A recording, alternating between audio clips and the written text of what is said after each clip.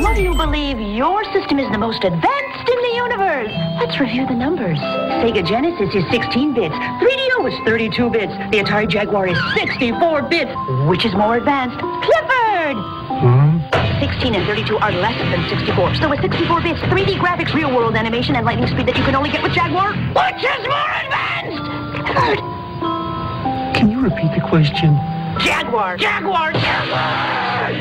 Alors, un Jaguar, c'était vraiment une belle machine. Le problème, c'est que le fabricant, c'était Atari, donc c'était pas un japonais. Et Atari n'avait plus fait de jeux pour console, enfin n'avait plus fabriqué de console depuis 12-13 ans. Atari a dû se dire, oh ben on va repénétrer ce marché-là, finalement on est les pionniers, on est des super méga héros, en plus on est américains, donc on va tout dynamiter. Ils sont tous sur des 16 bits, nous on va faire une 32-64 bits. En même temps, c'était sympa, quoi. Bon, je peux pas dire j'y ai cru. J'aurais pas détesté parce que c'était une machine pas mal, elle avait vraiment un certain nombre de qualités. Techniquement, c'était assez brillant. La 3 dimensions était bien gérée, mais une fois de plus, malheureusement, il n'y a pas que la technique qui fait le jeu.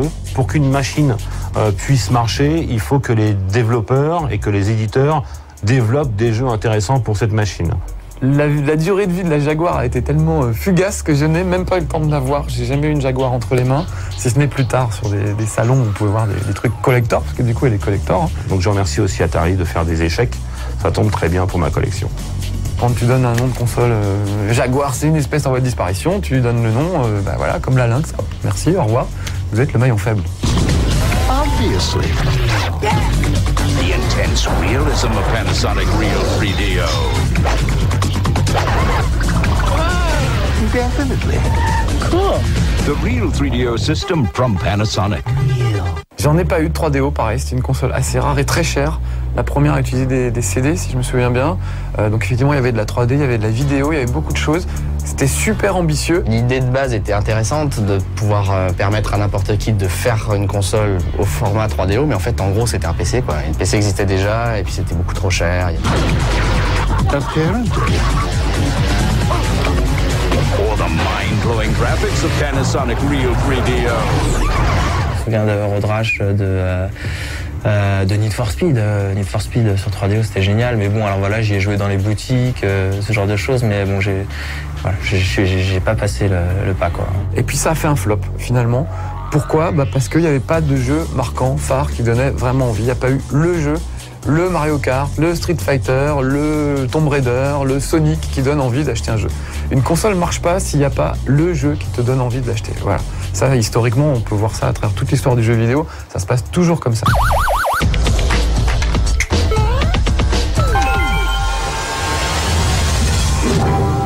La Saturn, j'ai cru. Moi, j'y ai cru. Bon, j'aimais bien Sega. J'ai cru qu'il arriverait à tenir le coup.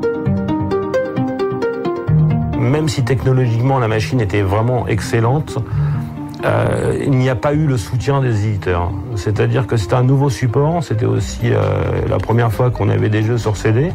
Il y a eu le Mega CD qui avait été un premier essai. Mais je crois que les éditeurs n'ont pas compris quels étaient les avantages que pouvait fournir le CD et sa fantastique capacité de mémoire pour créer des jeux innovants et sympa pour le public. Et la grosse différence, c'est que les gros jeux étaient sur PlayStation et la Saturn n'avait pas de jeux originaux à proposer. Wipeout, Ridge Racer, Metal Gear, c'était sur la PlayStation. Et sur Saturn, on avait quoi ? Pas grand-chose. Tu vois, j'arrive même pas à me souvenir d'un jeu marquant. Si, il y avait Knights, voilà, sur Saturn.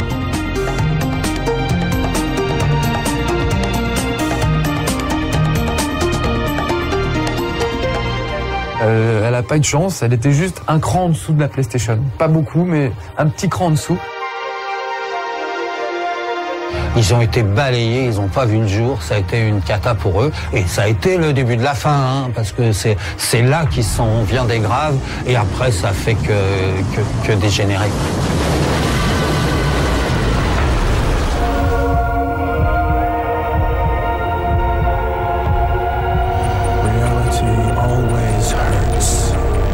Welcome to the real world. Sega Saturn. Sachez qu'un horrible fléau menace toute l'humanité. Je vais vous parler de ça. Les savants le certifient, ses effets sont démoniaques. Vous pouvez voir ici un jeune homme sain. Et là, un sujet exposé à la PlayStation pendant quelques minutes. Rappelez-vous, ne sous-estimez pas la puissance de la PlayStation. La PlayStation, ça a été pour moi un des plus gros bouleversements dans la force. C'est-à-dire que pour la première fois, le duo Nintendo-Sega voyait un troisième concurrent arriver, et pas des moindres, puisque c'était Sony. C'était une machine fantastique qui avait technologiquement tout ce qu'on souhaitait. Une 3D quasi parfaite, une définition d'écran fantastique. C'était l'avantage aussi du format CD. On était quand même depuis des années au format cartouche, qui était plus limité, on peut mettre moins d'informations. Avec le passage au CD, on pouvait mettre des cinématiques, on pouvait mettre des vraies musiques orchestrales, vrai orchestre qui composait, qui était lu directement par la machine. Et ça, franchement, ça fait toute la différence.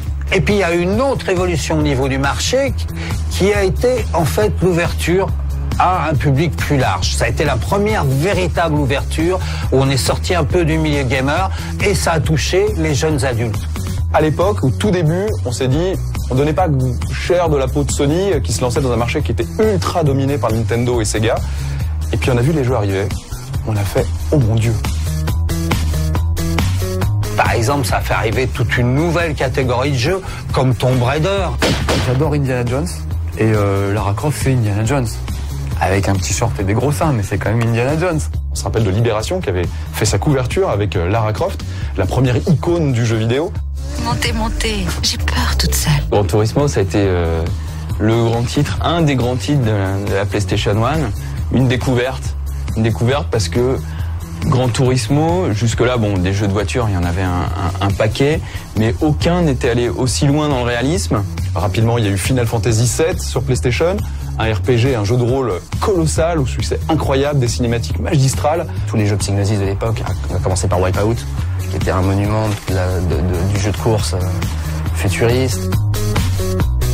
On a eu une myriade de jeux, je crois qu'en fin de vie, il y a en cumulé, si on prend les jeux japonais, les jeux américains, les jeux européens, tous ne sont pas sortis en France. Il y a je crois plus de 4 à 5 000 jeux qui sont sortis sur la première PlayStation. C'est colossal dans le jeu, dans le lot, il y a eu tellement de pépites, je crois que chaque année il y avait une dizaine de blockbusters du jeu vidéo, des incontournables absolus, et c'est sûr que ça a énormément démocratisé le jeu vidéo. Le jeu vidéo avec la PlayStation cesse d'être un jouet et devient un loisir, comme le cinéma, comme la musique, comme la littérature, comme plein de trucs. Et les adultes n'ont plus honte de jouer avec la PlayStation. Tu jouais avec ta Super Nintendo, tu passais pour un gamin attardé. Tu jouais avec ta PlayStation, tu passais pour un ado branché, voire un adulte qui a su rester jeune, et c'est super.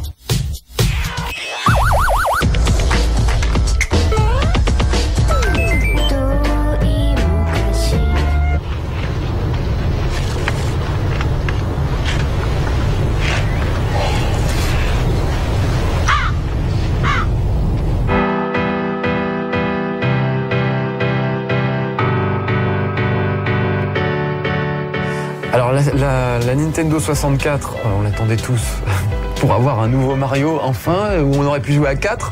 Donc c'était le bonheur, donc c'était pour pouvoir jouer à Mario Kart à 4, que moi j'attendais la Nintendo 64. Et puis j'étais cueilli par des jeux comme GoldenEye, qui était assez fabuleux.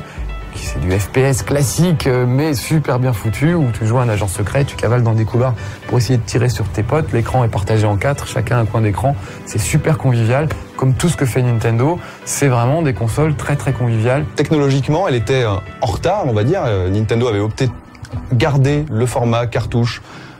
On se demande encore un petit peu pourquoi, ça c'était un choix technologique qui était probablement une erreur. En revanche, ils avaient une manette très originale, une sorte de trident, il y avait 3 branches sur la manette, et c'est surtout la Nintendo 64, la première, qui a imposé le stick analogique pour justement se développer, comme ça, se déplacer à 360 degrés.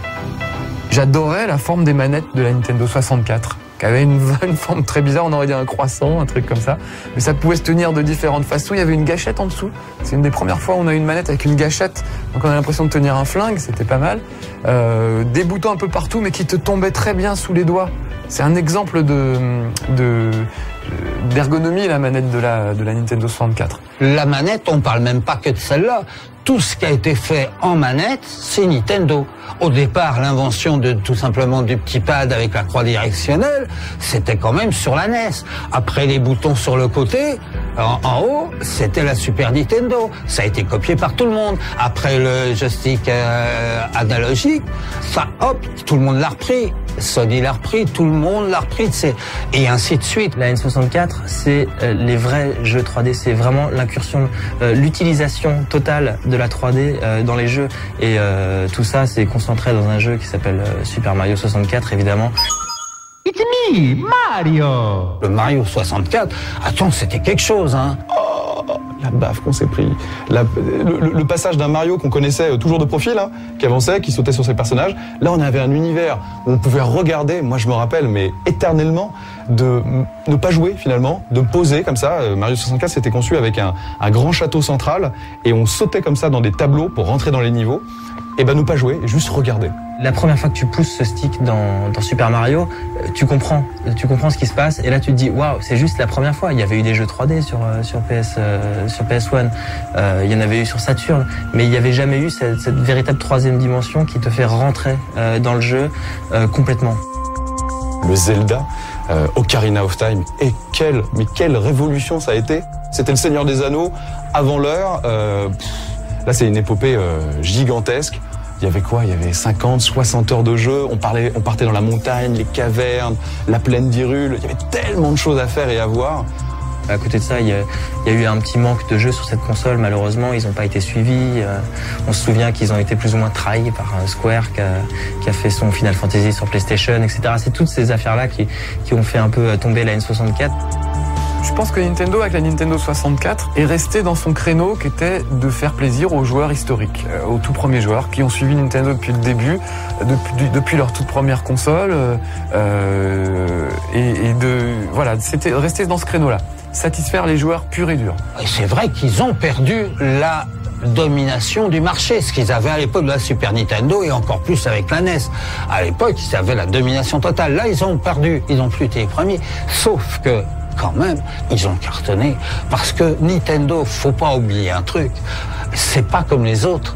C'est pas juste un fabricant de consoles qui accessoirement a un ou deux studios à acheter, comme Microsoft, un ou deux studios, puis on les met et puis on fait des jeux. C'est avant tout un éditeur de jeux. Nintendo, c'est l'éditeur numéro 1 mondial. Donc globalement, ils ont perdu le leadership. Mais ils ont fait du pognon, hein. Nintendo a toujours fait des sous, a toujours très bien vendu. Il n'y a jamais eu de souci à se faire. Oui, c'est lui, c'est Mario.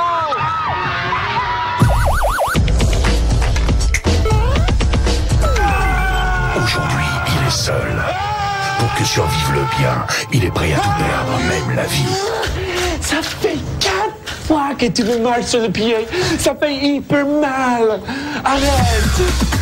G-Police, un jeu criant de vérité. Je pense qu'au moment de l'arrivée de la PlayStation 2, le jeu vidéo était devenu grand public grâce à la PlayStation 1 et que du coup, c'est devenu un phénomène de masse.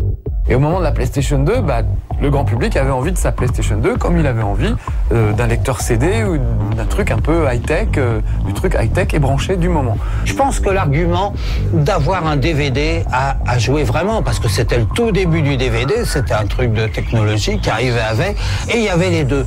En plus, la machine était étonnante au niveau look, au niveau performance, elle assurait grave.